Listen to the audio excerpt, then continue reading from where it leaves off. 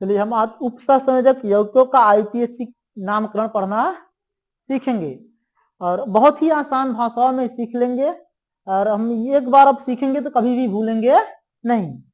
ये आपके बोर्ड परीक्षा में कक्षा 12 के आने वाली जो परीक्षा है उसमें जरूर यहाँ से प्रश्न आएगा कि दिए गए संकुल यौगिक या उपसंयोजक यौगिक का आईपीएससी नाम लिखिए, जो कि बहुत ही आसान होता है। ऐसे प्रश्न को आपको परीक्षा में कतई छोड़ना नहीं और सही तरीके से इसका आंसर लिखना है।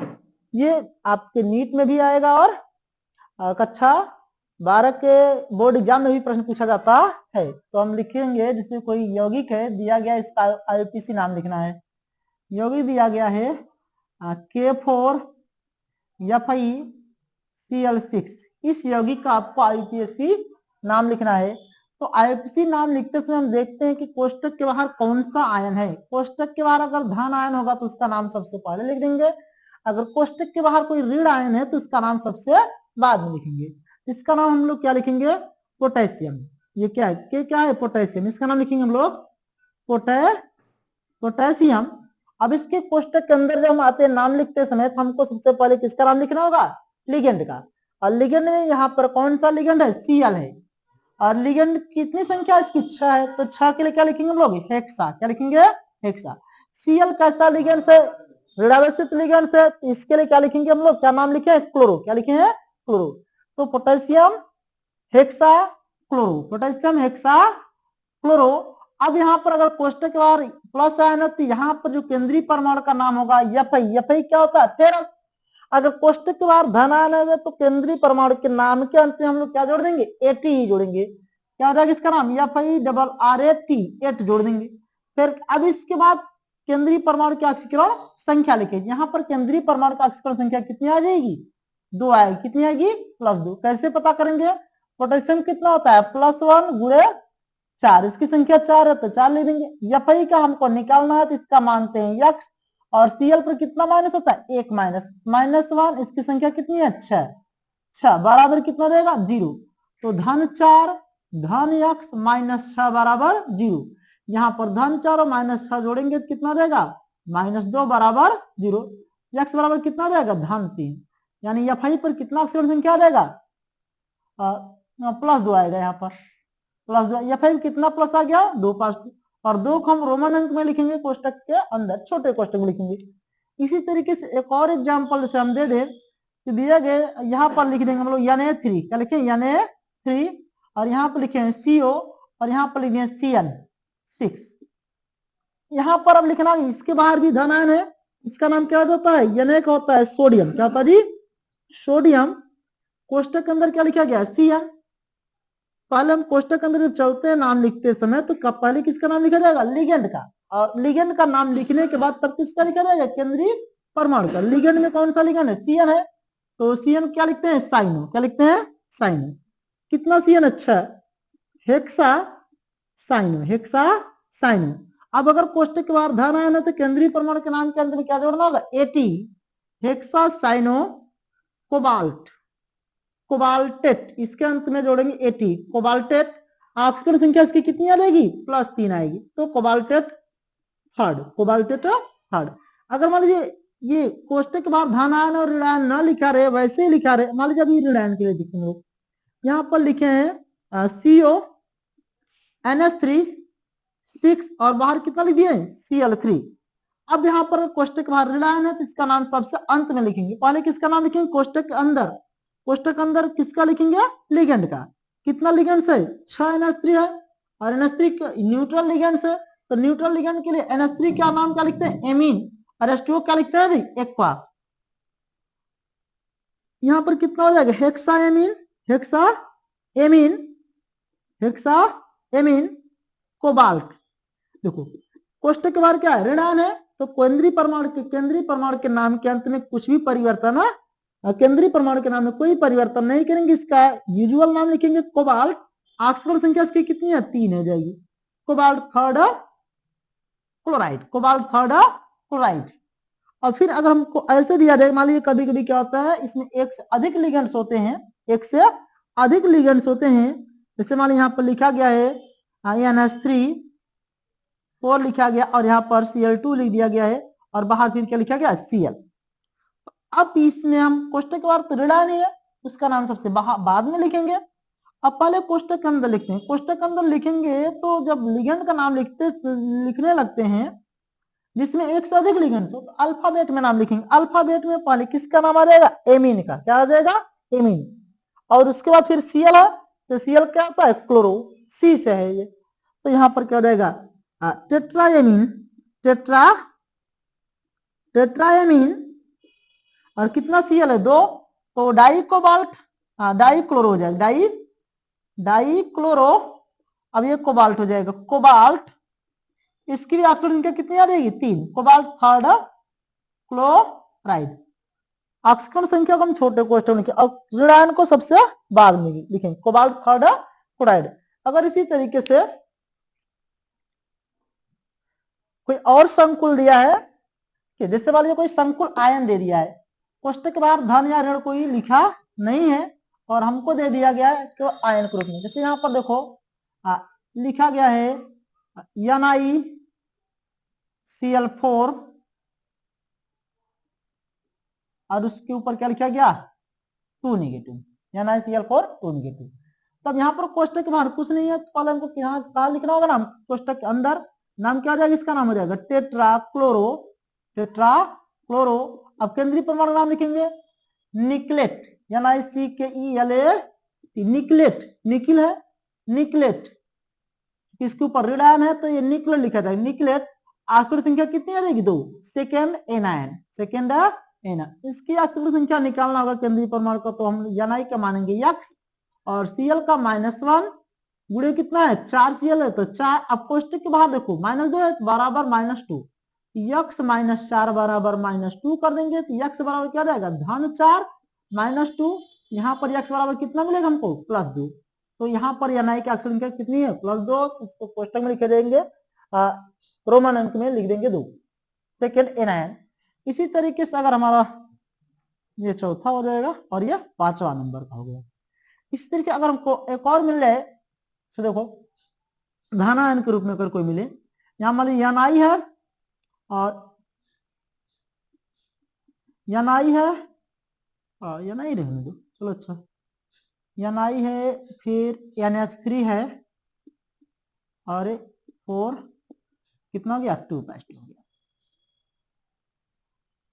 अब इसका लिखना है, यहाँ पर Ni कोष्टक के अंदर लिखेंगे टेट्राएमीन,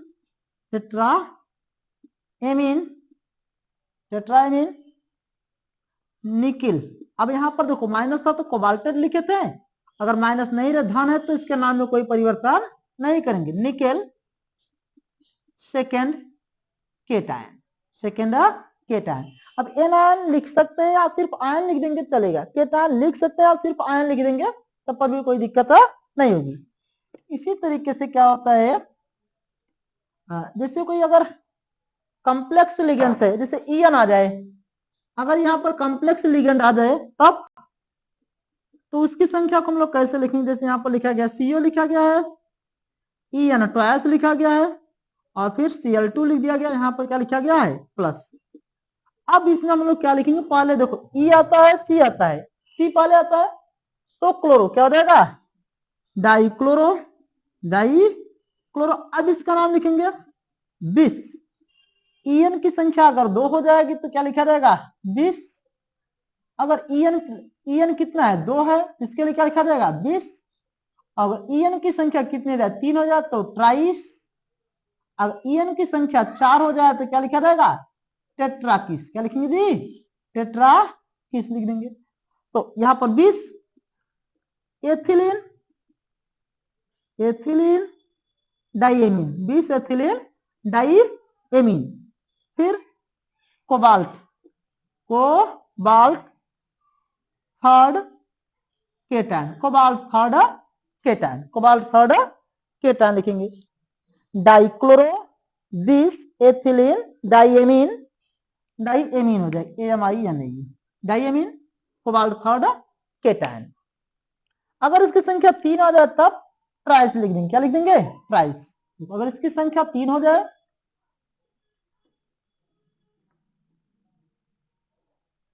कहीं पर ऐसे लिखा गया, CO लिखा गया, EN लिखा गया और इसकी संख्या कितनी लिखा है 3 और यहाँ पर लिखा गया Cl3।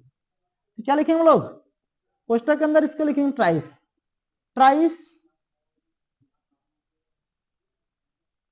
TRIS लिखेंगे ना, ट्रिस।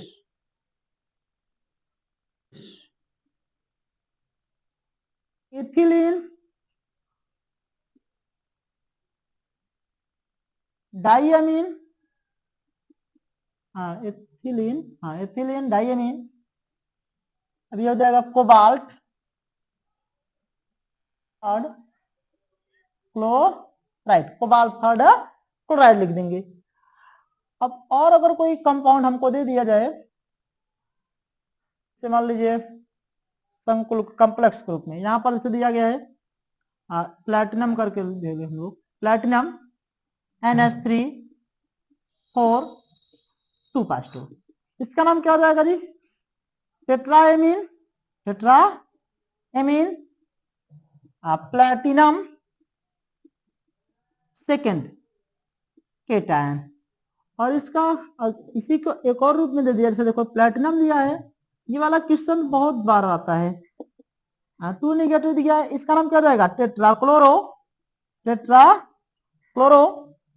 और फिर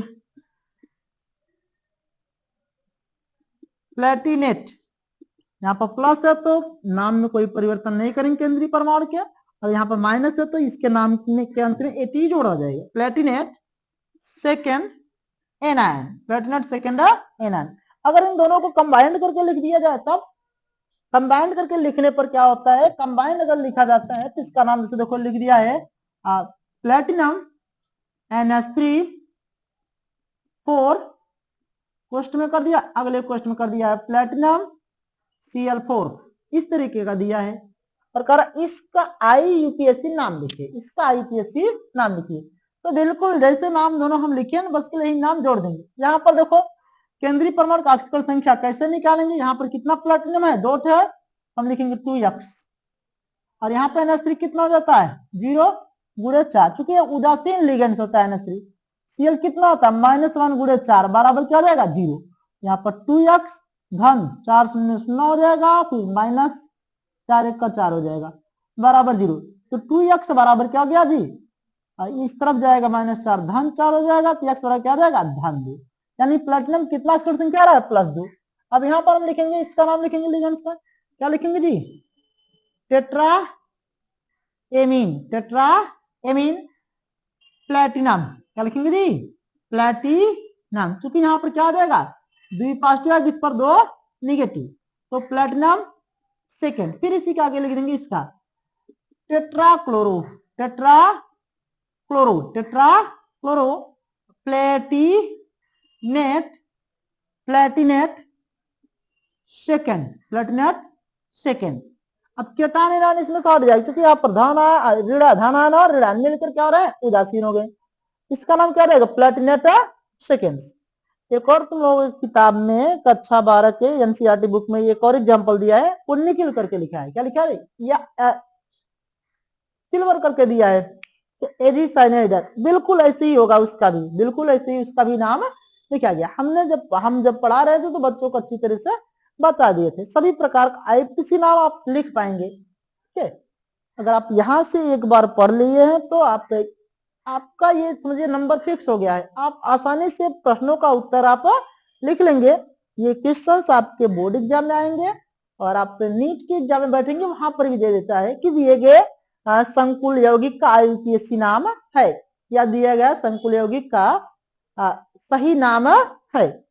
तो हम जानते हैं, देखो इस बार लिगेंड ये निगेटिव लिगेंड है, निगेटिव लिगेंड के नाम के अंत में O जोड़ दिया जाता है। क्लोराइड है तो फ्लोरो, क्लोराइड आयन है तो क्लोरो, ब्रोमाइड आयन है तो ब्रोमो, आइडो, साइनो, नाइट्रो, ऑक्साइड। यहाँ पर कुछ कम ही लिखे गए हैं, क्योंकि ये पढ़ाएंगे तो भाई एक दिन में बस कल लिगेंड के नाम के बारे में बताएं अच्छे तरीके से लोगों को, तब जाकर के कंप्लीट हो पाएगा। उतना बड़ा समय तो है नहीं, बस इतने से ही आप बहुत कुछ कर सकते हैं। चलिए ठीक है।